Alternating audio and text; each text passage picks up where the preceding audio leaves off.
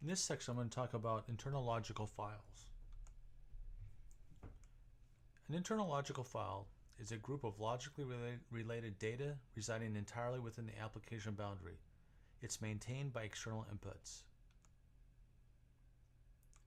Every ILF has to have at least one external input. Maintain means to add, changes, and deletes. It has to have at least one record element type. The ILF complexity table is similar to the transaction tables you've seen already. Across a diagonal is the average, and that's 10 function points. Low ILF is 7 function points, and high ILFs are 15 function points. Again, EIs maintain ILFs.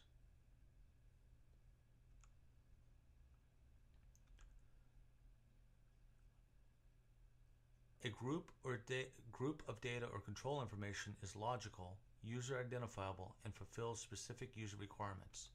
The data is maintained within the application boundary, and the key here is maintained.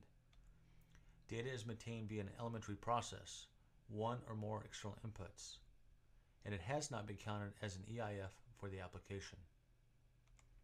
Record element types. A RET is a user recognizable subgroup of data within an ILF or EIF. I have a separate video just for that topic. It is best to look at the logical groupings of data to help identify them. Groupings can be either optional or mandatory. Data elements are just attributes of a file, columns of information. Rows of data tend to be recursive. For example, if a table of email addresses book looked like this, one data element for the name, one data element for company, one data element for the email address. Notice that I've lumped in the name, just to be sure, is I've lumped first and last name together. In this case, it's only one data element.